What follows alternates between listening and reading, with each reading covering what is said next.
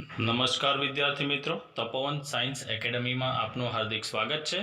આજના chapter 1ના video lecture number 13માં આપણે ઉદાહરણ 1.12 1.13 એન્ટન લક્ષી થિયરી એક જોઈશું, પ્રિપેર્ડ બાય ફિઝિક્સ ગુરુ ગુંજન સોપારીવાલા। મિત્રો, આજના લેક્ચરમાં આજે એક એન્ટન્સ લક્ષી થિયરી છે તે પૂરું કરીશું અને જે બે ઉદાહરણ બાકી છે તેને આપણે કમ્પ્લીટ કરીશું, એટલે ચેપ્ટરને આજે આપણે આ રીતે પૂર્ણ કરીશું। તો આપણે ગોસની બે એપ્લિકેશન મિત્રો ભણી ગયા છે। એક અનંત લંબાઈવાળી થિયરી હતી અને બીજી એક હતી પાતળી ગોળીય કવચવાળી થિયરી ભણી ગયા છે। ત્યારબાદની જે ત્રીજી એપ્લિકેશન છે તેને આજે આપણે પૂર્ણ કરીશું, જે એન્ટન્સ લેવલ પર છે, જેની આપણે સમજૂતી આપીશું। સમાન વિદ્યુતભાર ઘનતાવાળા ગોળા માટે ઉદ્ભવતા વિદ્યુત ક્ષેત્રનું સૂત્ર। એક હતું અનંત લંબાઈના તારવાળી થિયરી જોઈ ગયા છે આપણે, ત્યારબાદ આપણે પાતળી ગોળીય કવચવાળી થિયરી જોઈ ગયા છે અને આજે જે છે તે સમાન વિદ્યુતભાર ઘનતાવાળું ગોળા માટે ઉદ્ભવતા વિદ્યુત ક્ષેત્રનું સૂત્ર આપણે તારવવાનું છે। તો મિત્રો, આની અંદર આકૃતિની અંદર જે બ્લેક માર્કરથી દર્શાવેલો છે તે આ જે છે તે ગોળો છે। એ ગોળાની અંદર ધન વિદ્યુતભાર પ્રસ્થાપિત આપણે કરેલો છે। એ ગોળાની અંદર આપણે ધન વિદ્યુતભાર પ્રસ્થાપિત કરેલો છે। ગોળાની ત્રિજ્યા છે r જેટલી ત્રિજ્યા છે। હવે ઉદ્ભવતું વિદ્યુત ક્ષેત્ર બે જગ્યાએ હોઈ શકે, ગોળાની અંદરના ભાગમાં આવેલા બી બિંદુએ હોઈ શકે અને ગોળાની બહારના ભાગમાં પણ હોઈ શકે। તો પહેલાં આપણે કમ્પ્લીટ કરીશું ગોળાના અંદરના ભાગમાં આવેલા કોઈ બિંદુ માટે। તો આકૃતિનું પહેલું થોડું નાનું વર્ણન આપણે કરી દઈએ કે આકૃતિમાં દર્શાવ્યા મુજબ જે કેપિટલ R ત્રિજ્યાનો ગોળો છે, R ત્રિજ્યાના ગોળાની ઘનતા બરાબર રો લઈએ છીએ આપણે, ઘનતાની રો લઈએ છીએ। એટલે ત્રણ પ્રકારનું વિતરણ ભણી ગયેલા હતા। રેખીય વિતરણ, જેમાં આપણે લેમ્બડાનો ઉલ્લેખ કરેલો હતો, ત્યારબાદ પૃષ્ઠ વિતરણ, જેમાં આપણે સિગ્માનો ઉલ્લેખ કરેલો હતો, અને ત્યારબાદ છે હવે કદ વિતરણ, જેમાં આપણે કદ ઘનતાનો ઉપયોગ કરીશું। કદ ઘનતા એટલે એકમ કદ દીઠ મળતો વિદ્યુતભાર, એકમ કદ દીઠ મળતો વિદ્યુતભાર। તો આનું આપણે સૂત્ર ભણી ગયા છે મિત્રો, rho that is equal to લખી શકાશે Q બાય V, જ્યાં V એટલે આ ગોળાનું ઘનફળ, આપણે લખી શકીએ છીએ। ચાલો, તો આને આપણે લખી શકીએ Q બાય Vની જગ્યાએ 4/3 પાઈ R ક્યુબ, Q બાય Vની જગ્યાએ આખા ગોળાનું ઘનફળ 4/3 પાઈ R ક્યુબ છે। ચાલો, તો આ જે R ત્રિજ્યાના ગોળામાં સમાયેલો વિદ્યુતભાર છે તે આપણે શોધીએ। R ત્રિજ્યાના ગોળામાં સમાયેલ વિદ્યુતભાર Q।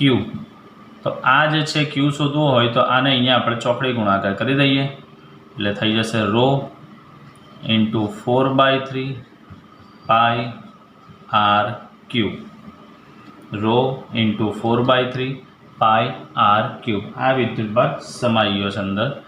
હવે ધન વિદ્યુતભાર છે એટલે મિત્રો આપણે ભણી ગયા છે કે ઉદ્ભવતું વિદ્યુત ક્ષેત્ર ત્રિજ્યાવર્તી 12 તરફ હશે, ત્રિજ્યાવર્તી 12 તરફ। તો અહીંયા લખી શકાય, અહીં ઉદ્ભવતું વિદ્યુત ક્ષેત્ર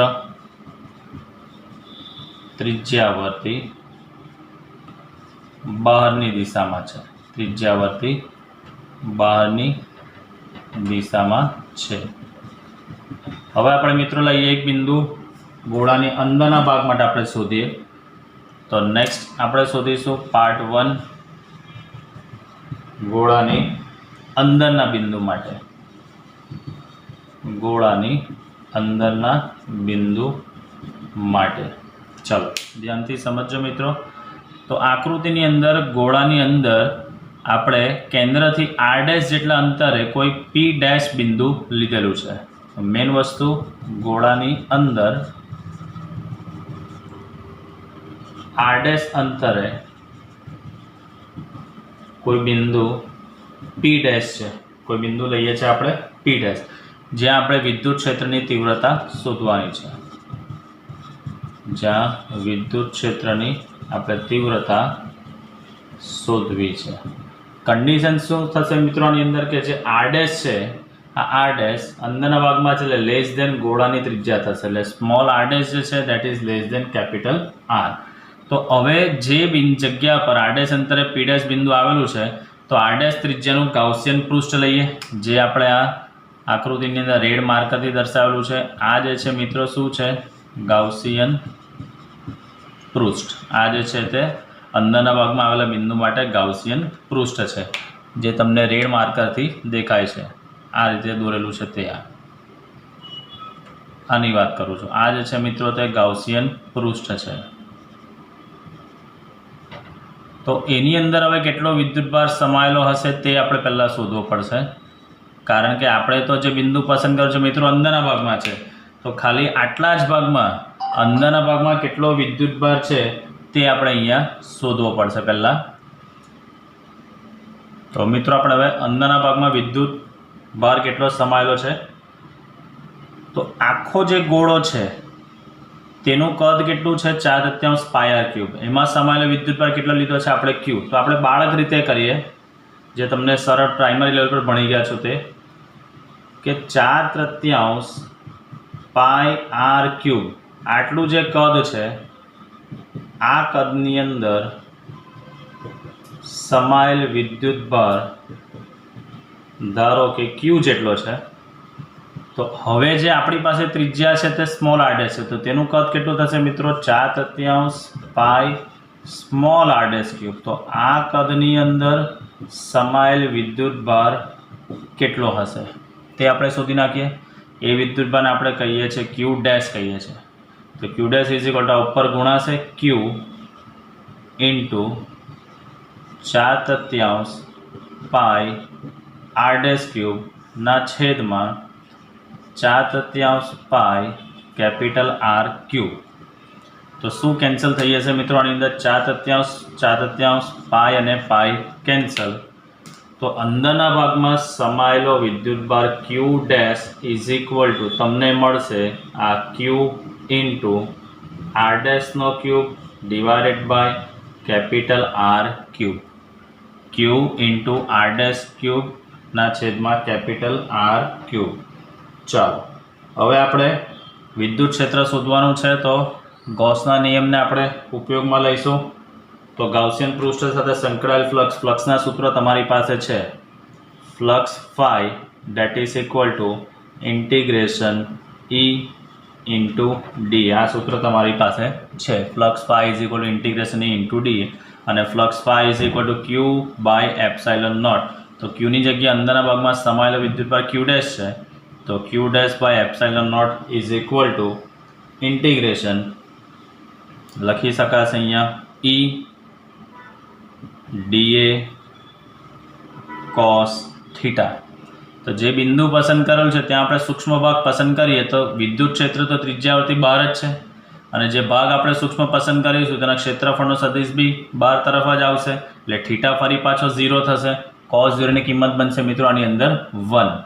તો હવે આપણે સૂત્રનું આગળ બનાવીએ, તો આના પરથી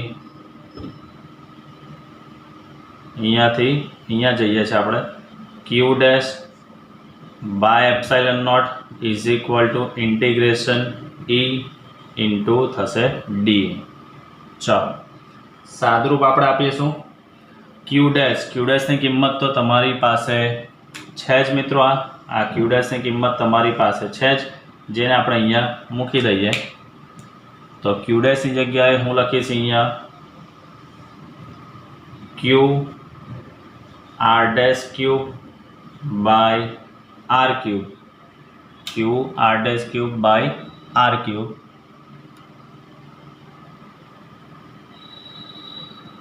અને નીચે છેદમાં એપ્સાઇલન નોટ તો છે જ ઇઝ ઇક્વલ ટુ વિદ્યુત ક્ષેત્ર ત્રિજ્યાવર્તી સમાન હશે એટલે ઈ એઝ ઇટ ઇઝ, અને integration of D, integration of D એટલે ગાઉસિયન પૃષ્ઠનું ક્ષેત્રફળ કેટલું થશે?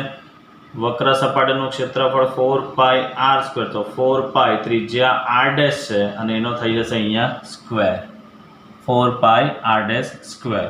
ચાલો શું કેન્સલ થશે મિત્રો આની અંદર? અહીંયાથી આર ડેશ સ્ક્વેર અને ક્યુ કેન્સલ ખાલી એક આર ડેશ વધશે। તો અહીંયા હું વિદ્યુત ક્ષેત્રનું ત્રિજ્યા આપણે આ સૂત્ર શોધવાનું છે, ઈનું સૂત્ર શોધવાનું છે। તો એની સાથે 4π અહીંયા ગુણાકારમાં છે, એને બીજી બાજુ લઈ જઈએ તો નીચે ભાગાકારમાં આવશે।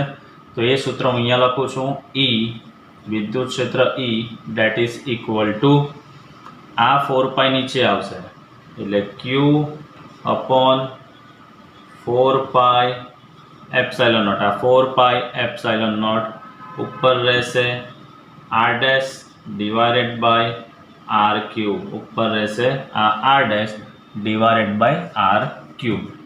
એ શોધવાનો છે મિત્રો। ફરી પાછું તો 4π ગુણાકારમાં છે, બીજી બાજુ આવશે એટલે આપણને લખેલું છે, જો આ 4π નીચે લાવું છું, ઉપર ક્યુ એઝ ઇટ ઇઝ છે, આ R dash as it is છે, આ 4π નીચે આવશે એટલે 4π એપ્સાઇલન નોટ અને capital R cube as it is છે। તો આ થઈ ગયું ગોળાના અંદરના ભાગમાં આવેલા કોઈ બિંદુ માટે ઉદ્ભવતા વિદ્યુત ક્ષેત્રનું સૂત્ર। આની અંદર તમે મિત્રો જોઈ શકો છો, આ Q that is constant, 4π epsilon naught constant, ગોળાની ત્રિજ્યા કોન્સ્ટન્ટ, એટલે આ વિદ્યુત ક્ષેત્ર ઈ જે છે તે આર ડેશ અનુસાર બદલાય। એનો મતલબ કે આર ડેશ જે ત્રિજ્યા છે તેનું ઓર અંદર લઈશ કે ઓર થોડી બહાર લઈશ તો સ્વાભાવિક વસ્તુ છે કે જેમ જેમ અંતર બદલાશે તેમ તેમ વિદ્યુત ક્ષેત્રમાં ફેરફાર થશે। તો હું અહીંયા લખી શકું છું અંદરના ભાગ માટે E that is proportional to R dash, લખી શકાય E that is proportional to R dash આપણે લખી શકીએ છીએ ગોળાના અંદરના ભાગના બિંદુ માટે। તો આટલો પોર્શન હતો મિત્રો ગોળાની અંદરના ભાગમાં આવેલા બિંદુ માટે ઉદ્ભવતા વિદ્યુત ક્ષેત્રનું આ સૂત્ર હતું। ફરી પાછું આપણે એક વખત એને રિમાઇન્ડર કરી લઈશું રેપિડલી।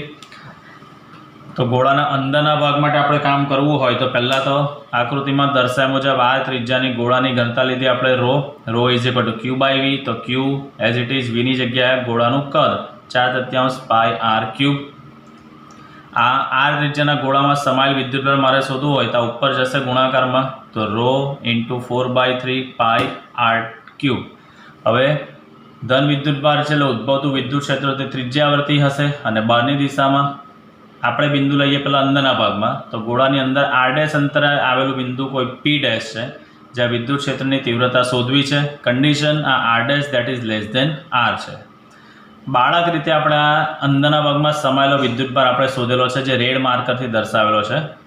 તો આખા ગોળાનું કદ કેટલું છે મિત્રો 4/3 પાઈ આર ક્યુબ। તો 4/3 પાઈ આર ક્યુબની અંદર સમાયેલ વિદ્યુતભાર ક્યુ હોય તો આટલું જે ગાઉસિયન સરફેસ જે લીધું છે તેનું કદ કેટલું થશે 4/3 પાઈ આર ડેશ ક્યુબમાં કેટલો વિદ્યુતભાર એને આપણે ક્યુ ડેશ કહીએ।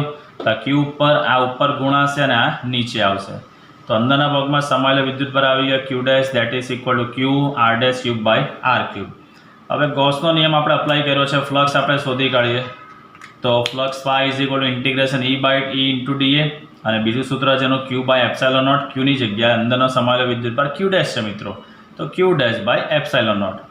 હવે ઈ ડોટ ડી એ તો E D A cos theta, પણ આપણને ખબર છે મિત્રો અહીંયા થીટા કેવી રીતે લઈશું તો વિદ્યુત ક્ષેત્ર ત્રિજ્યાવર્તી બહાર તરફ છે અને જે આની અંદર જે આર ડેશ બિંદુએ આવેલું આર ડેશ અંતર આવેલો બિંદુએ પી ડેશ છે ત્યાં આપણે સૂક્ષ્મ ક્ષેત્રફળ પસંદ કરીએ તો ક્ષેત્રફળનો સદિશ બહાર તરફ લાસ્ટ લેક્ચરમાં બી જોઈ ગયા છે આપણે, બંને સમાન દિશામાં એટલે થીટા 0, કોસ 0ની કિંમત અહીંયા થઈ જશે 1।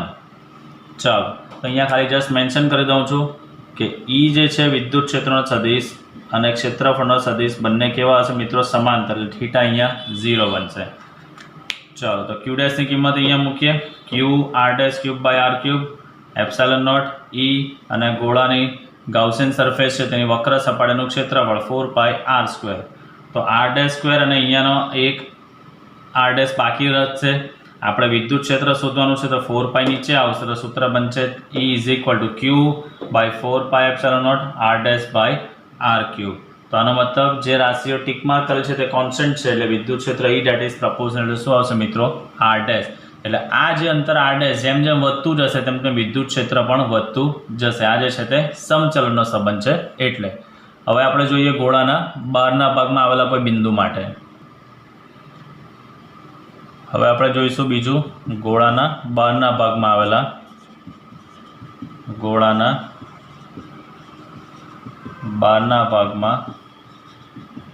આવેલ બિંદુ માટે। तो फरी पाछो आकृतिथी समजीशुं मित्रों।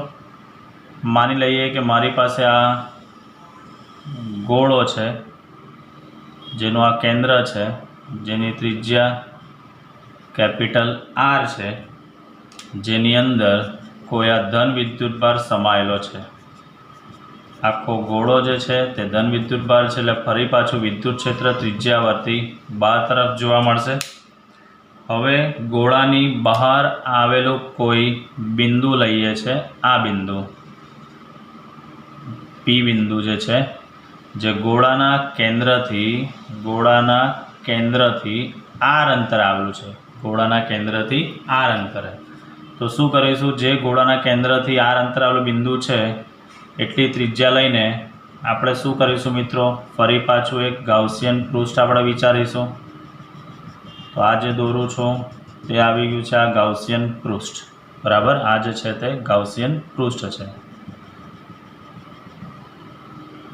चलो लाल मार्करथी जे दोरेलुं छे ते गाउसियन पृष्ठ छे અને આ જે છે અંદર જે બ્લેક માર્કરથી દોરેલું છે તે મિત્રો શું છે, આપણો આ ત્રિજ્યાનો ગોળો છે। ચાલો તો આની અંદર આપણે જે પી બિંદુની આપણે વાત કરીએ તો હું ધારો કે હું સૂક્ષ્મ ભાગ પસંદ કરું છું આ તો ધન વિદ્યુત ભારિત ગોળો છે એટલે વિદ્યુત ક્ષેત્ર ત્રિજ્યાવર્તી બાર તરફ જે બિંદુ પસંદ કરીશું તેના ક્ષેત્રફળનો સદિશ પણ બાર તરફ, એટલે આની અંદર પણ બંને કેવા આવશે મિત્રો, સમાન જ દિશામાં જોવા મળશે। तो पहला तो आनी अंदर આપણે વર્ણન કરીએ આકૃતિમાં દર્શાવ્યા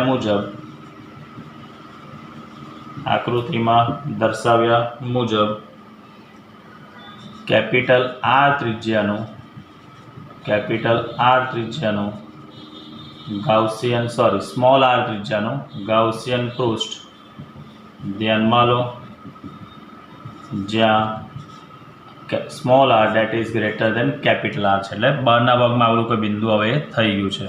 चलो तो आ जे स्मॉल आर त्रिज्यानो गाउसियन पृष्ठ में संकळाયેલો विद्युतभार केटलो थशे, जे आ गोळामां छे ते बधो ज आवी जवानो। तो अहींया लखी शकाय आर स्मॉल आर त्रिज्याना गाउसियन पृष्ठ साथे संकळाયેલ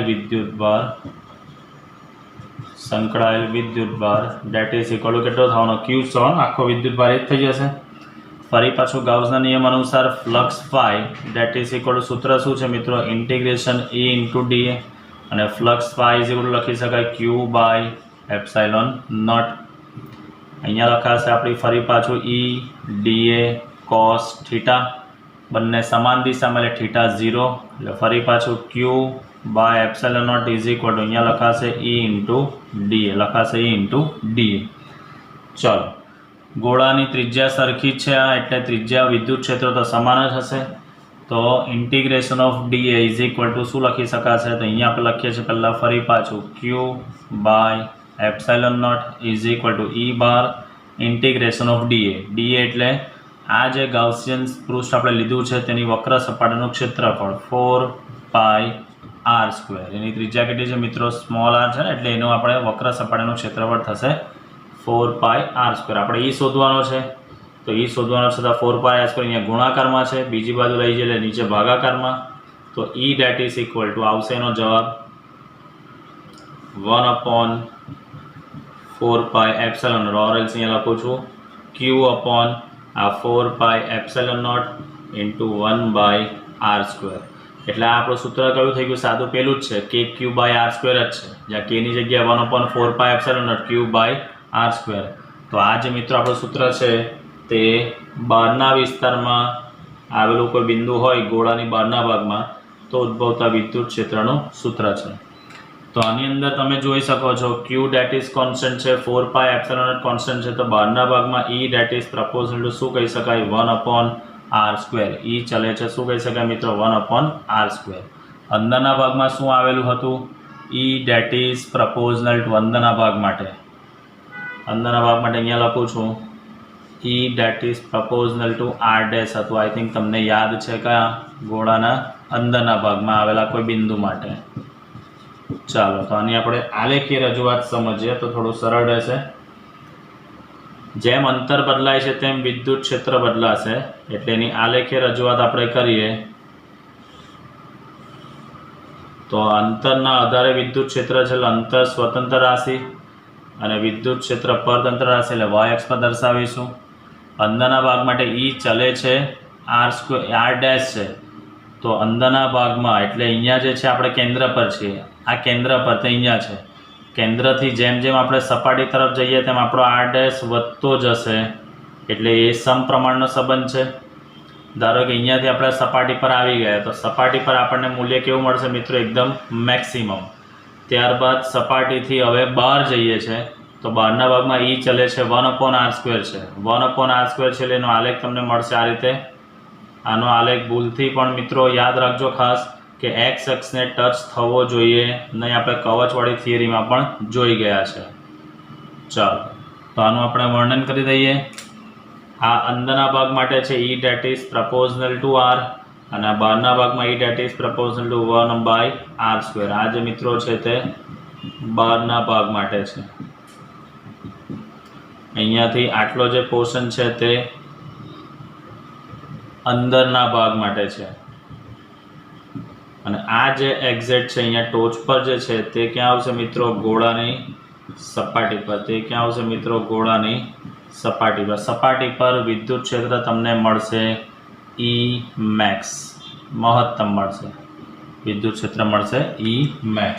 તો ગોળાની અંદરના ભાગમાં E ચલે છે r, સપાટી પર E = E maximum અને બહારના ભાગમાં E ચલે છે 1/r² અનુસાર ઘટતું જશે. પણ ઘટતું ક્યારે બી 0 થશે નહીં. ઘટતું જશે, 0 થઈ શકશે નહીં. એટલે આલેખ ક્યારે બી એક્સ અક્ષને ટચ કરશો નહીં. તો આ હતી સમાન વિદ્યુત ભાર ઘનતાવાળા ગોળા માટે ઉદ્ભવતા વિદ્યુત ક્ષેત્રનું સૂત્ર, જેમાં બે ભાગ આપણે જોઈ ગયા, ગોળાના અંદરના ભાગમાં અને ગોળાના બહારના ભાગમાં આવેલા બિંદુ માટે. તો બહારના ભાગનું જે સૂત્ર છે તે આપણું સાદું સૂત્ર જ છે, E that is equal to kq/r². આ એક સૂત્ર છે. તો આ તો આપણે એન્ટ્રન્સ કોર્નરનો જે ક્વેશ્ચન હતો તે. હવે બાકીના જે બે ઉદાહરણો છે મિત્રો તેને આપણે પૂર્ણ કરીશું. તો મિત્રો હવે આપણે કરીશું ઉદાહરણ 1.12. તમને એવું કીધું છે દાખલાની અંદર રકમ ઘણી મોટી છે. એક વિદ્યુત ક્ષેત્ર ધન x માટે. તો અહીંયા મેં દોરેલ છે મિત્રો એક આ x અક્ષ છે, આ ધન x અક્ષ છે, આ બાજુ હશે ઋણ x અક્ષ. ધન x અક્ષ માટે ધન x દિશામાં સમાન છે. એનો મતલબ કે વિદ્યુત ક્ષેત્ર ધન x દિશામાં ધન છે, તેમજ ઋણ x માટે એટલે આ દિશામાં આ બાજુ ઋણ x માટે તેટલા જ મૂલ્યનું સમાન અને ઋણ x દિશામાં છે.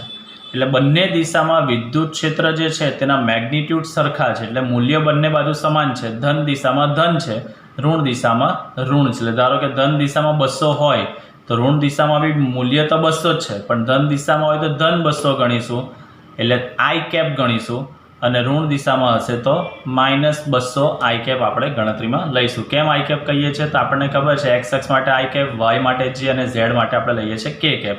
અહીંયા આપણને x અક્ષની વાત કરેલી છે તો આપણે એને દર્શાવી દઈએ અહીંયા કે x > જો 0 હોય, આ જે કન્ડિશન આપેલી છે તો અહીંયા લખી દઉં છું. x > 0 એટલે ધન હોય તો વિદ્યુત ક્ષેત્ર E આપણે લેવાનું છે 200 i કેપ N/કુલમ લેવાનું છે. અને x <0 માટે વિદ્યુત ક્ષેત્ર E આપણે લેવાનું છે -200 i કેપ N/કુલમ, એવું તમને આપી દીધેલું છે. 20 સેન્ટીમીટર લંબાઈ અને 5 સેન્ટીમીટર ત્રિજ્યાનો નળાકાર છે. જે આખો નળાકાર લીધેલો છે તેની લંબાઈ છે 20 સેન્ટીમીટર અને એની ત્રિજ્યા છે 5 સેન્ટીમીટર. એ નળાકારનું કેન્દ્ર ઉગમ બિંદુ પર હોય. તો નળાકારનું કેન્દ્ર જે છે મિત્રો તે કઈ રીતે હોઈ શકે? અહીંયા નળાકાર આ રીતે મૂકેલો છે તો નળાકારના કેન્દ્રમાંથી પસાર થતી આ x અક્ષ અને y અક્ષ મર્જ થાય તે આપણે નળાકારનું કેન્દ્ર કહી શકીએ. બરાબર છે.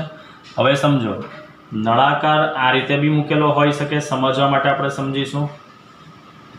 નળાકાર આ રીતે બી મૂકેલો હોય અને જે આકૃતિમાં મૂકેલો છે તે રીતે નળાકાર આ રીતે બી હોઈ શકે અહીંયા. તો આ નળાકારનું કેન્દ્ર કહી શકાય. આની અંદર આવા કિસ્સામાં આ નળાકારનું કેન્દ્ર કહી શકાય. તો આપણી પાસે જે કિસ્સો છે તે આ છે તો આપણે આને ગણીશું નળાકારનું કેન્દ્ર આપણે કન્સિડર કરીશું.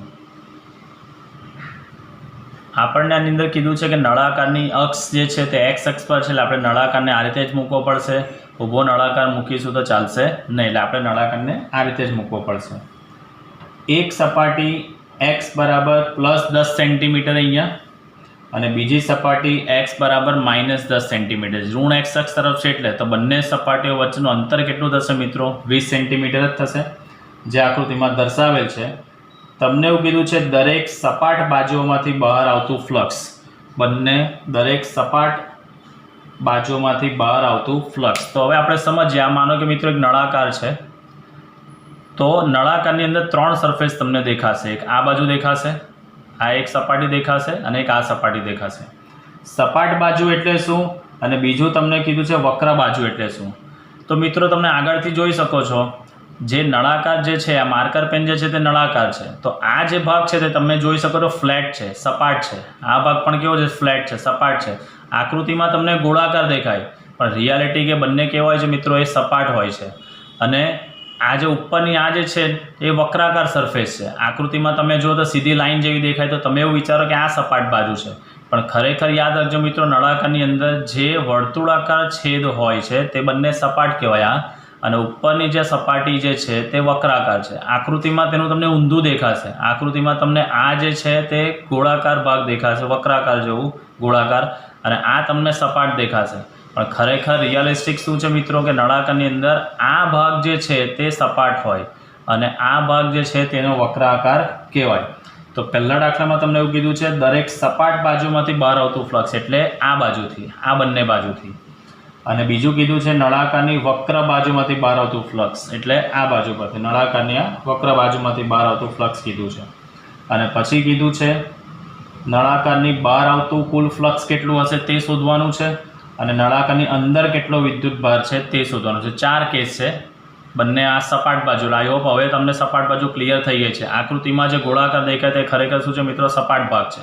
અને આ એનો વક્રાકાર ભાગ જે આકૃતિમાં તમને સપાટ દેખાય.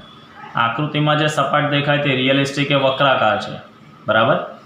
તો પહેલા દાખલામાં કીધું છે બંને સપાટ બાજુમાંથી બહાર આવતું ફ્લક્સ. બીજો દાખલો કીધું છે ઉપર વક્ર બાજુમાંથી કેટલું ફ્લક્સ છે તે. ત્રીજો ભાગ કીધું છે બહાર આવતું કુલ કેટલું ફ્લક્સ હશે તે. અને ચોથો ભાગ કીધો છે અંદર કેટલો વિદ્યુતભાર સમાયેલો છે તે આપણે શોધવાનું છે. તો હવે આપણે આની અંદર આગળ જઈએ દાખલા માટે. તો મિત્રો આની અંદર આપણને ફરી પાછું વિદ્યુત ક્ષેત્ર જે આપ્યું છે તે 200 I કેપ ધન દિશા માટે છે, અને -200 I કેપ જે છે તે માઇનસ ઇન્ડિકેટ કરે છે તે ખાલી ડિરેક્શન છે. તો હવે આપણે પહેલાં જોઈએ કે ફ્લક્સ આપણે શોધવું હોય તો આપણને કામ રહેશે કોનું? એરિયાનું કામ રહેશે. તો આપણે એરિયા પણ શોધી નાખીએ પહેલાં. તો અહીંયા આપણે લખીએ છીએ જે તમને કીધું છે પહેલું, સપાટ સપાટીમાંથી બહાર આવતું ફ્લક્સ, એટલે સપાટ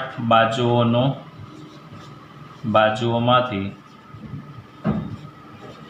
બહાર આવતું ફ્લક્સ આપણે શોધવાનું છે. તો પહેલાં તો આપણે શોધીશું આ સપાટ જે સપાટીઓ છે, જે સપાટ બાજુઓ છે એ સપાટ બાજુનું ક્ષેત્રફળ આપણે શોધી નાખીશું. સપાટ બાજુ એટલે મિત્રો તમને કીધું, ફરી પાછું આપણે રિમાઇન્ડર આપી દઈએ, આ જે બે બાજુઓ છે તે વર્તુળાકાર છે તે. તો વર્તુળનું ક્ષેત્રફળ કેટલું થશે? πr². તો અહીંયા લખીએ છીએ આપણે πr². ચાલો, તો પાઈ હમણાં ત્યાંનો ત્યાં રહેવા દઈશું. અને ત્રિજ્યા તમને 5 સેન્ટીમીટર આપી છે, તો એને મીટરમાં ફેરવી દઈએ. 0.05નો સ્ક્વેર.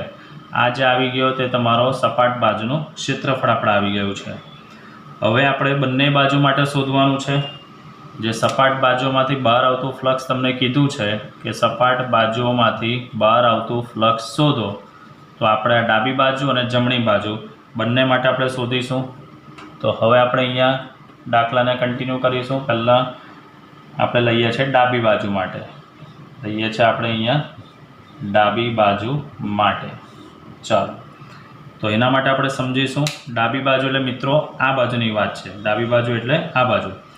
તો માનો કે આપણે જે બિંદુ પસંદ કરીએ છીએ મિત્રો, આ તો બી જે બિંદુ છે તેનો ક્ષેત્રફળનો સદિશ કઈ દિશામાં આવશે? આ બાજુ આવશે.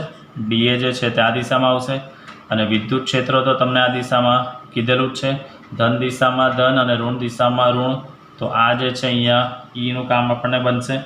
તો આની અંદર તમને મિત્રો જોઈ શકો છો બંને વિદ્યુત ક્ષેત્રનો સદિશ અને ક્ષેત્રફળનો સદિશ સમાન દિશામાં છે, એટલે આપણે શું કહી શકીએ કે થીટા કેટલો કન્સિડર કરી શકીએ? અહીંયા 0 ડિગ્રી. થીટા આપણે કન્સિડર કરી શકીએ 0 ડિગ્રી. તો ડાબી બાજુમાંથી બહાર આવતું flux pi is equal two આપણે લખી શકીએ છીએ મિત્રો આની અંદર E dA cos થીટા. થીટાની જગ્યાએ ડાયરેક્ટ લખી દઉં છું 0 ડિગ્રી. થીટાની જગ્યાએ ડાયરેક્ટ લખી શકાય છે 0 ડિગ્રી. ચાલો, તો ઇન્ટિગ્રેશન E ઇન્ટુ થઈ જશે dA cos 0 ની કિંમત છે આપણી પાસે 1. તો E બાર ઇન્ટિગ્રેશન ઓફ થઈ જશે dA. ઇન્ટિગ્રેશન ઓફ dA એટલે આ જે વર્તુળાકાર ભાગના આડછેદનું ક્ષેત્રફળ જે આપણે શોધેલું છે કેટલું છે? પાઈ ઇન્ટુ 0.05નો વર્ગ. તો અહીંયા લખી દઉં છું પાઈ ઇન્ટુ 0.05નો સ્ક્વેર. ઈની કિંમત અહીંયા એના આપણને મેગ્નિટ્યુડનું કામ છે. મેગ્નિટ્યુડ એટલે આપણે એના મૂલ્યનું કામ છે. તો મૂલ્ય એનું કેટલું છે મિત્રો? 200 ગુણ્યા પાઈની જગ્યાએ 3.14 ગુણ્યા 0.05નો વર્ગ. સાદરૂપ આપશો તો તમને જવાબ આવે છે મિત્રો 1.57 ન્યૂટન મીટર સ્ક્વેર પર કુલમ. ન્યૂટન મીટર સ્ક્વેર પર કુલમ. આ ડાબી બાજુમાંથી બહાર આવતું ફ્લક્સ આપણું થઈ ગયું ફાઈ એલ વડે આપણે દર્શાવી દીધું છે. ચાલો, આ આવી ગયું ડાબી બાજુ માટે. સેમ હવે આપણે જમણી બાજુ માટે શોધવું હોય તો જમણી બાજુ માટે આપણે ધારો કે જે બિંદુ પસંદ કરીએ છીએ અહીંયા, તો આ જે બિંદુ પસંદ કરીએ તેનો ક્ષેત્રફળનો સદિશ આ દિશામાં આવશે અને વિદ્યુત ક્ષેત્ર તો આ દિશામાં તમને કીધું જ છે. એટલે આની અંદર પણ E જે છે તે મિત્રો સેમ કેટલો આવશે? આની અંદર E અને dA વચ્ચેનો ખૂણો કેટલો બનશે? આમાં પણ 0 ડિગ્રી બનશે. તો હવે આપણે અહીંયા લખીએ છીએ જમણી બાજુ માટે. હવે અહીંયા લખીએ છીએ મિત્રો આપણે જમણી બાજુ માટે. તો એનું ફ્લક્સ આપણે શોધીશું. સેમ ઉપરની જ મેથડ ફોલો કરીશું. રાઇટ હેન્ડ સાઈડ છે એટલે flux phi R is equal to same integration E dA cos, બંને સમાન દિશામાં એટલે થીટા 0 જ બનશે. cos 0 ની કિંમત 1. તો E integration of dA same આ જ સ્ટેપ ફોલો થશે. E એઝ ઇટ ઇઝ આ જ રહેશે. એરિયા એ પણ આ જ રહેશે. પાઈ ઇન્ટુ 0.05નો વર્ગ. તો આની અંદર જમણી બાજુનો ફ્લક્સ બી કેટલો આવશે મિત્રો? સેમ એજ 1.57 ન્યૂટન ઇન્ટુ મીટર સ્ક્વેર પર કુલમ. જમણી બાજુ જે આવતું ફ્લક્સ છે તે પણ કેટલું રહેશે મિત્રો? સેમ એજ 1.57 ન્યૂટન ઇન્ટુ મીટર સ્ક્વેર પર કુલમ. તો આ થઈ ગયું સપાટ બાજુઓ જે હતી બે, આપણી ડાબી બાજુ અને જમણી બાજુ, બંનેમાંથી બહાર આવતું ફ્લક્સ આપણે આ રીતે શોધી શકીએ છીએ. હવે તમને આગળ કીધું છે કે નળાકારની વક્ર બાજુમાંથી બહાર આવતું ફ્લક્સ. તો હવે આપણે એ શોધીશું. નળાકારની વક્ર બાજુમાંથી બહાર આવતું ફ્લક્સ આપણે શોધીએ. બી બીટ નળાકારની વક્ર બાજુમાંથી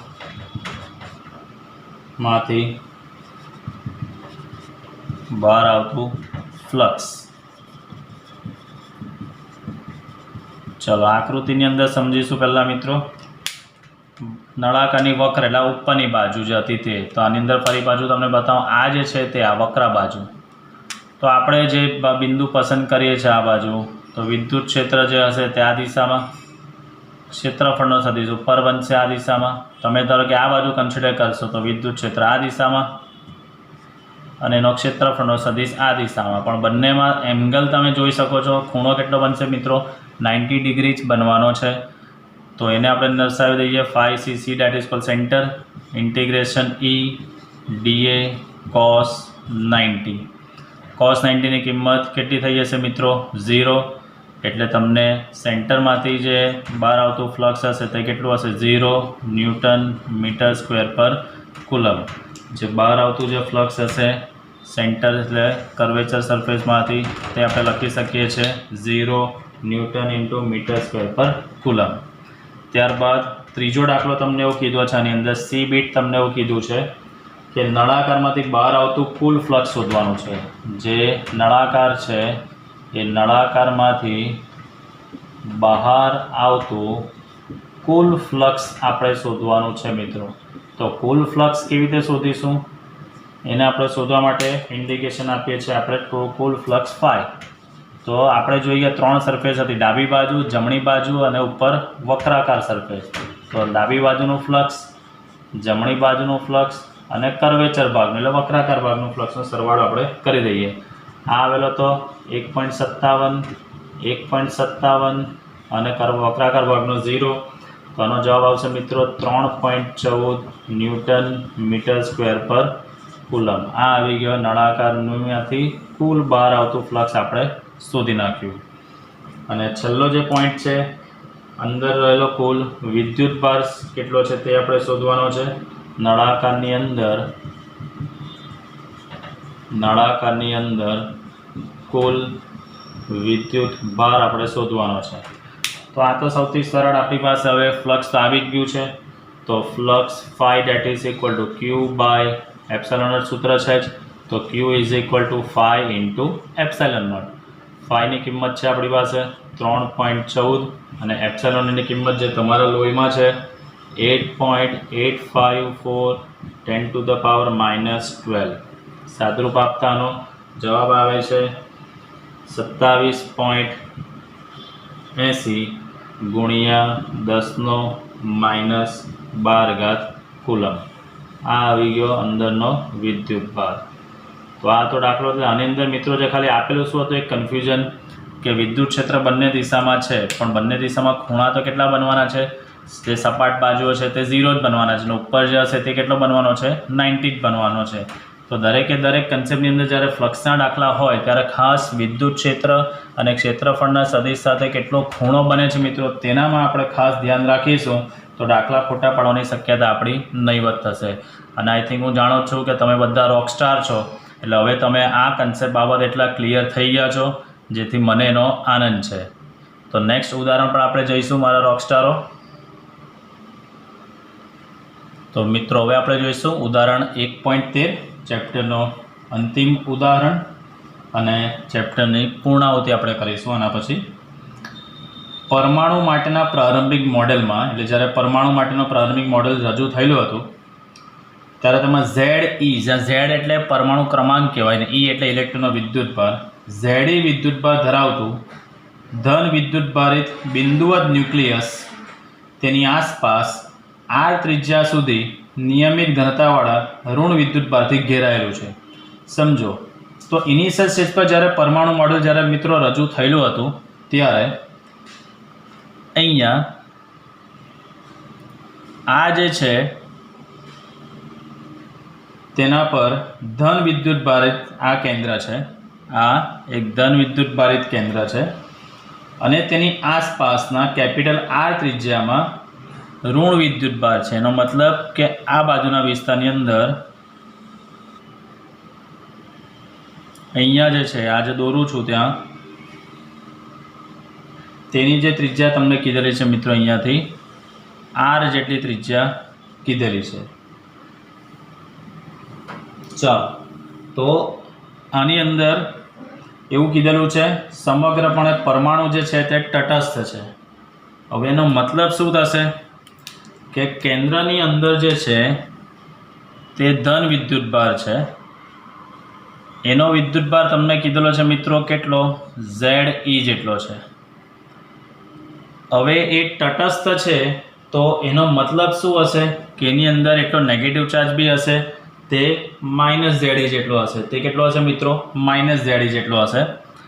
અને આજુબાજુનો જે આખો વિસ્તાર છે તે આ ઋણ વિદ્યુતભારથી કવર કરેલો છે. આ જે છે તે આખો જે ઋણ વિદ્યુતભારથી કવર કરેલો છે. એટલે આ રીતની આપણી આકૃતિ અહીંયા બને છે. તો મિત્રો આપણે આની અંદર પહેલાં વર્ણન કરી લઈએ, શું તમને આપેલું છે તેનું આપણે વર્ણન કરીએ. તો તમને આની અંદર સ્ટાર્ટિંગમાં એવું કીધું છે મિત્રો કે પરમાણુ જે છે તે પરમાણુની અંદર પરમાણુમાં ધન વિદ્યુતભાર તમને આપેલો છે મિત્રો કેટલો, ZE જેટલો ધન વિદ્યુતભાર આપેલો છે. અને પરમાણુ સમગ્રપણે તટસ્થ છે તથા જે પરમાણુ જે છે એ પરમાણુ સમગ્રપણે તટસ્થ છે. એનો મતલબ કે એ જે પરમાણુ હશે તે પરમાણુમાં ઋણ વિદ્યુતભાર આપણે કેટલો લખી શકીએ મિત્રો? -ZE જેટલો, કારણ કે પરમાણુ તટસ્થ છે, જેટલો ધન વિદ્યુતભાર હશે એટલો ઋણ હશે, તો જ એ વિદ્યુતભાર, તો જ એ પરમાણુ કેવો હોઈ શકે? તટસ્થ છે. અને બાકીનો જે ચાર્જ છે તે કેપિટલ R ત્રિજ્યાની અંદરથી એને શું કરેલો છે? આખો ભરી દીધેલો છે, ઋણ વિદ્યુતભારથી એને કવર કરેલો છે. હવે આ જે પરમાણુ જે છે તે પરમાણુની આસપાસ કેપિટલ R ત્રિજ્યા સુધી ઋણ વિદ્યુતભાર વડે પરમાણુની આસપાસ R ત્રિજ્યા સુધી ઋણ વિદ્યુતભાર ઘેરાયેલ છે, એવું તમને આપેલું છે. તો હવે કીધેલું છે આ મોડેલ માટે ન્યુક્લિયસથી સ્મોલ r અંતરે વિદ્યુત ક્ષેત્ર કેટલું હોઈ શકે? તો આ જે સ્મોલ r અંતર છે મિત્રો તે બે જગ્યા હોઈ શકે, અંદરના ભાગમાં બી હોઈ શકે એ બિંદુ અને બહારના ભાગમાં પણ હોઈ શકે. અંદરના ભાગમાં પણ હોઈ શકે અને બહારના ભાગમાં પણ હોઈ શકે. તો આપણે એના પર આપણે હવે કામ કરીશું. ચાલો, તો હવે મિત્રો આપણે લઈશું પહેલાં આની અંદર ટોટલ પોઝિટિવ ચાર્જ કેટલો છે તે આવી ગયો, ટોટલ નેગેટિવ ચાર્જ કેટલો છે તે આવી ગયો. હવે આપણે શોધીશું ફર્સ્ટ પાર્ટ, અંદરના ભાગમાં આવેલા બિંદુએ વિદ્યુત ક્ષેત્ર આપણે શોધીશું. અંદરના ભાગમાં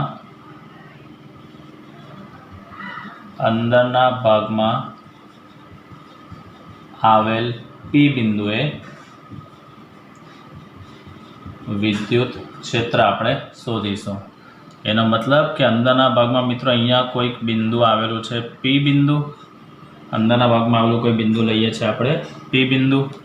તો આ બિંદુ પર જે કેન્દ્રથી, આ કેન્દ્ર છે, કેન્દ્રથી ધારો કે R અંતરે આવેલું છે. તો હવે આપણે શું કરીશું? આ જે R અંતરે આવેલો બિંદુ છે તેટલી ત્રિજ્યા લઈને આપણે ગાઉસિયન પૃષ્ઠ દોરીશું. આ જે દોરું છું મિત્રો તે શું છે? ગાઉસિયન પૃષ્ઠ. આ જે છે તે ગાઉસિયન પૃષ્ઠ, અહીંયા લખીએ છીએ આપણે આને ગાઉસિયન પૃષ્ઠ. તો આની અંદર મિત્રો ગાઉસિયન પૃષ્ઠ સાથે સંકળાયેલો પહેલાં શું શોધવું પડશે આપણે? વિદ્યુતભાર. તો મેઇન વસ્તુ આની અંદર આપણે વર્ણન કરીએ કે કેન્દ્રથી, કેન્દ્ર એટલે આપણું પરમાણુના જે છે ન્યુક્લિયસ આપેલું છે તે, ન્યુક્લિયસથી સ્મોલ r અંતરે આવેલા P બિંદુએ, સ્મોલ r અંતરે આવેલા P બિંદુએ વિદ્યુત ક્ષેત્ર શોધવા માટે R ત્રિજ્યાનું ગોળાકાર ગાઉસિયન પૃષ્ઠ ધ્યાનમાં લો. ગોળાકાર ગાઉસિયન પૃષ્ઠ આપણે ધ્યાનમાં લઈએ. ચાલો, તો એની અંદર હવે આપણે સંકળાયેલો વિદ્યુતભાર શોધી નાખીએ. તો આ ગોળાકાર સાથે સંકળાયેલો વિદ્યુતભાર, હવે આપણે શોધીએ સંકળાયેલ વિદ્યુતભાર. કોની અંદર મિત્રો? આની અંદર જે લાલ માર્કરથી દોરેલું છે તેની અંદર. તો તમને ખબર છે એની અંદર જુઓ, અંદર જે છે જે ભૂરી માર્કરથી દોરેલું છે ધન વિદ્યુતભાર તો અંદર સંકળાયેલો જ છે. તો આપણે પહેલે તો લખી શકીશું પહેલું સંકળાયેલ ધન વિદ્યુતભાર. અહીંયા લખીએ છીએ મિત્રો આપણે સંકળાયેલ ધન વિદ્યુતભાર. તો ધન વિદ્યુતભાર તો મિત્રો આપણી પાસે છે જ કેટલો? +ZE જેટલો છે જે આપણે લખેલો છે. હવે આપણે શોધીશું સંકળાયેલ ઋણ વિદ્યુતભાર કેટલો છે તે આપણે શોધીશું. તો એ ખાસ ધ્યાનથી સમજવાનું છે આપણે. સંકળાયેલ ઋણ વિદ્યુતભાર. ચાલો, એનો જવાબ અહીંયા આપણે લખીશું. રીત અહીંયાનું કરું છું, કઈ રીતે આવશે તે. તો મિત્રો આની અંદર જે નક્કર ગોળો છે તો ગોળાની ગોળાની કદ ઘનતાની અંદર જોઈએ કે નક્કર છે એટલે તો આપણને ખબર છે આની અંદર કદ ઘનતાનો કન્સેપ્ટ ρ = શું લખી શકાય? વિદ્યુતભાર છેદમાં શું લખી શકાશે? કદ. વિદ્યુતભાર છેદમાં શું લખી શકાશે? કદ. તો વિદ્યુતભાર કેટલો છે? જે આ લાલ માર્કરથી દોરેલો છે તે, બરાબર. અત્યારે જે આપણે વાત કરીએ છીએ તે આખા ઋણ વિદ્યુતભારની વાત કરું છું. તો ઋણ વિદ્યુતભાર અંદર કેટલો છે? ઝેડ જેટલો છે. કેટલો છે? કેન્દ્રની અંદર ઝેડ જેટલો વિદ્યુતભાર છે તે. અને છેદમાં કદ તો 4/3 આખા ગોળાનું કદ કેટલું છે? કેપિટલ આર ત્રિજ્યા છે. જુઓ તો 4/3 પાઈ કેપિટલ આર ક્યુબ. આ આવી ગયો ઋણ વિદ્યુતભારની. હજી તો આપણે શોધી છે મિત્રો કદ ઘનતા. આપણે તો આની અંદરનો વિદ્યુતભાર જ કન્સિડર કરવાનો છે. તો ગાઉસિયન પૃષ્ઠ સાથે સંકળાયેલો વિદ્યુતભાર કેટલો હશે? તો અહીંયા લખું છું ગાઉસિયન પૃષ્ઠ સાથે સંકળાયેલ ઋણ વિદ્યુતભાર. ગાઉસિયન પૃષ્ઠ સાથે સંકળાયેલ ઋણ વિદ્યુતભાર મારે શોધવો હોય તો ઋણ વિદ્યુતભાર ડેટ ઇઝ ઇક્વલ ટુ, ચાલો રો ઇઝ ઇક્વલ ટુ અહીંયા રફલી લખું છું Q/V. જો એકમ કદ લઈએ, એકમ કદ હોય વીની જગ્યાએ એકમ કદ લઈએ આપણે, તો rho is equal to Q લખાય. એટલે એકમ કદ સાથે સંકળાયેલો વિદ્યુતભાર કેટલો છે? રો જેટલો છે. એકમ કદ સાથે સંકળાયેલો વિદ્યુતભાર રો જેટલો છે. તો આપણી પાસે કદ કેટલું છે? આ આર ત્રિજ્યાનું કદ કેટલું થશે? તો એકમ કદ સાથે સંકળાયેલ, અહીંયા બાળક રીત લખું છું, એકમ મીટર ક્યુબ કદ સાથે સંકળાયેલ વિદ્યુતભાર રો જેટલો છે. તો આપણે જે ગાઉસિયન પૃષ્ઠ લીધું છે મિત્રો તેની ત્રિજ્યા કેટલી છે? Small R. તો એનું કદ કેટલું થશે? 4/3 પાઈ સ્મોલ આર ક્યુબ કદ સાથે સંકળાયેલો વિદ્યુતભાર કેટલો હશે? આ રીતે આપણે શોધીશું. આ બાળક રીત કહેવાય કે row is equal two Q/V છે. જો એકમ કદ લઉં તો એકમ કદ સાથે સંકળાયેલો વિદ્યુતભાર Q is equal to rho હોય, તો આપણે જે ગાઉસિયન પૃષ્ઠ લીધું છે તેની ત્રિજ્યા સ્મોલ આર છે. તો તેનું કદ બને 4/3 પાઈ આર ક્યુબ કદ સાથે સંકળાયેલો વિદ્યુતભાર કેટલો હશે? તો હવે આપણે એનું સાદરૂપ આપીએ એટલે આપણને ઋણ વિદ્યુતભાર મળી જશે. ચાલો, તો એ વિદ્યુતભાર આપણે કેવી રીતે શોધીશું મિત્રો? આ રો ઇન્ટુ લખી શકાય 4/3 pi R cube. Row into લખી શકાય 4/3 પાઈ આર ક્યુબ. ચાલો, હવે આ રોની કિંમત છે જ આપણી પાસે. જુઓ -ZE/4/3 પાઈ આર ક્યુબ છે, તે કિંમત ખાલી આપણે મૂકી દઈએ છીએ. તો રોની જગ્યાએ અહીંયા જ સાદરૂપ આપું છું. રોની જગ્યાએ લખું છું -ZE/4/3 પાઈ આર ક્યુબ ઇન્ટુ આ લખું છું અહીંયા 4/3 pi R cube. 4/3 pi R cube. તો શું કેન્સલ થઈ શકે મિત્રો? અહીંયા 4/3 પાઈ 4/3 પાઈ આપણે કેન્સલ કરી શકીએ. તો સંકળાયેલ ઋણ વિદ્યુતભારનો જવાબ આવે છે -ZE small R cube by capital R cube. જે આપણે લાસ્ટ થિયરી જોઈ ગયા મિત્રો, જે બોર્ડ લેવલ પર નથી, તેમાં તમે જોજો અંદરના ભાગમાં જે વિદ્યુતભાર હતો તે હતો Q/R3/R3. તે જ છે. અહીંયા Qની જગ્યાએ શું છે? અહીંયા ZE વધારાની અંદર એ જ છે. એટલે બેઠું એ જ સૂત્ર છે, પણ આની આપણે સમજૂતી આ રીતે આપણે લઈ શકીએ છીએ. તો સંકળાયેલ ધન વિદ્યુતભાર આ જે લાલ માર્કરથી દોરેલું છે મિત્રો, એમાં ધન વિદ્યુતભાર કેટલો આવે છે? +ZE. અને ઋણ વિદ્યુતભાર કેટલો આવે છે? -ZE/R3/R3 જેટલો ઋણ વિદ્યુતભાર આવે છે. તો હવે આપણે આખા ગાઉસિયન પૃષ્ઠ સાથે સંકળાયેલા શું શોધીશું મિત્રો? કુલ વિદ્યુતભાર. આપણે આખા ગાઉસિયન પૃષ્ઠ સાથે સંકળાયેલો શું શોધીશું? હવે કુલ વિદ્યુતભાર શોધીશું. એટલે આ +ZE અને આ જે વિદ્યુતભાર આવ્યો છે તેનો શું કરીશું? સરવાળો આપણે કરી દઈશું. તો હવે આપણે શોધીએ કુલ વિદ્યુતભાર. ગાઉસિયન પૃષ્ઠ સાથે સંકળાયેલ કુલ વિદ્યુતભાર. ચાલો, તો કુલ વિદ્યુતભાર આપણે કયો કયો લખીશું મિત્રો? એક તો આ ZE પ્લસ જે બીજો આવ્યો છે તે આ -ZE/R3 બાય કેપિટલ R3. તો ZE કોમન આવશે તો રહેશે 1 માઇનસ અહીંયા રહેશે R3/R3. ZE into bracket 1 minus R3 by capital R3. આ આવી ગયો આપણો કુલ વિદ્યુતભાર. હવે આપણે આની અંદર આપણે મિત્રો શું કરીશું? ગોસનો નિયમ આપણે અપ્લાય કરી દઈશું એટલે આપણને જવાબ એનો મળી જશે. તો હવે આપણે ગાઉસના નિયમ પરથી flux phi that is equal to સૂત્ર છે તમારી પાસે E ઇન્ટુ ડીએ, સદિશ E ઇન્ટુ લખી શકો છો ડીએ. ઓર એલ્સ આપણે એક કામ કરીએ, સંકળાયેલો વિદ્યુત ભાર તો આપણી પાસે આવી જ ગયો છે, તો ડાયરેક્ટ જ વિદ્યુત ક્ષેત્રનું સૂત્ર તમે મૂકી શકો છો. કયું? E date is equal two કે ક્યુ બાય આર સ્ક્વેર. આ સૂત્ર પણ તમે ડાયરેક્ટ મૂકી શકો છો. ચાલો, તો કેની જગ્યાએ કિંમત છે તમારી પાસે 1/4 એપ્સિલોન નોટ. ક્યુની જગ્યાએ આ વિદ્યુત ભાર આખો લખી દઈએ છીએ આપણે ZE 1 minus R cube by capital R cube અને અપોન આર સ્ક્વેર છે, તો એ આર સ્ક્વેરનો અહીંયા છેદમાં આ રીતે લખી દઉં છું. હવે આ આર સ્ક્વેરનો અંદર અહીંયા ગુણાકાર કરી દઉં તો અહીંયા આવશે 1/4 એપ્સિલોન નોટ ZE. આ આર સ્ક્વેર છેદનો જે છે અહીંયા જશે એટલે 1/r સ્ક્વેર થશે minus R cube by capital R cube into R square થશે. તો 1/4 epsilon naught ZE 1/r square minus આ સ્ક્વેર અને ક્યુબ કેન્સલ થશે એટલે r/r ક્યુબ. આ થઈ ગયો એનો જવાબ. એટલે અંદરના ભાગમાં આવેલા બિંદુએ વિદ્યુત ક્ષેત્રનો જવાબ આ આવી ગયો છે. વિદ્યુત ક્ષેત્ર કઈ રીતે હશે મિત્રો?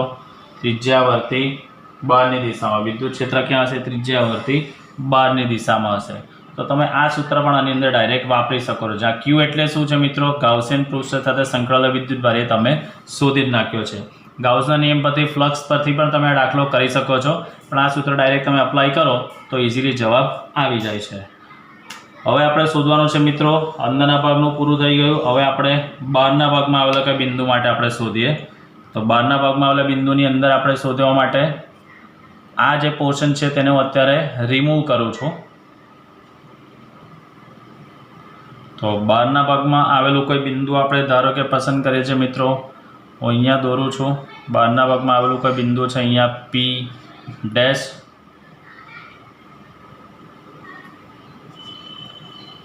જેની આપણે ત્રિજ્યા આપણે ધારી દઈએ. આ જે ત્રિજ્યા છે તેને આપણે ધારી દઈએ કે R ડેશ છે. તો શું કરીશું? R ડેશ ત્રિજ્યાનું આ ડોટ માર્કર પેન વડે જે દોરું છું તે થઈ જશે ગાઉસિયન પૃષ્ઠ. તે થઈ જશે આ ગાઉસિયન પૃષ્ઠ થઈ જશે. તો મિત્રો આ પણ ગાઉસિયન પૃષ્ઠ છે જે અંદર દોરેલું છે તે, અને આ જે દોરેલું છે તે પણ શું છે? ગાઉસિયન પૃષ્ઠ જ છે. એટલે બંનેને એક જ સાથે નિર્દેશન કરી દીધેલું છે. તો આની અંદર તમે જોઈ શકો છો કે બહારના ભાગના આવેલા બિંદુ માટે ગાઉસિયન પૃષ્ઠ આપણે લઈએ છીએ તો અંદર આખો જ વિદ્યુત ભાર આવી જાય છે, એટલે ધન અને ઋણ. એનો મતલબને આપણે જોઈ ગયા છે કે પરમાણુ મોડેલ કેવું મિત્રો છે? તટસ્થ છે. તો બહારના ભાગમાં આવેલા બિંદુ માટે આપણે કામ કરીએ. બહારના ભાગમાં આવેલ બિંદુ P ડેશ પર વિદ્યુત ક્ષેત્ર શોધવા માટે R ડેશ ત્રિજ્યાનું ગાઉસિયન પૃષ્ઠ ધ્યાનમાં લો. R ડેશ ત્રિજ્યાનું ગાઉસિયન પૃષ્ઠ ધ્યાનમાં લો. ચાલો, તો એની અંદર સંકળાયેલો વિદ્યુત ભાર કેટલો હશે? તો કે આ ગાઉસિયન પૃષ્ઠ સાથે સંકળાયેલ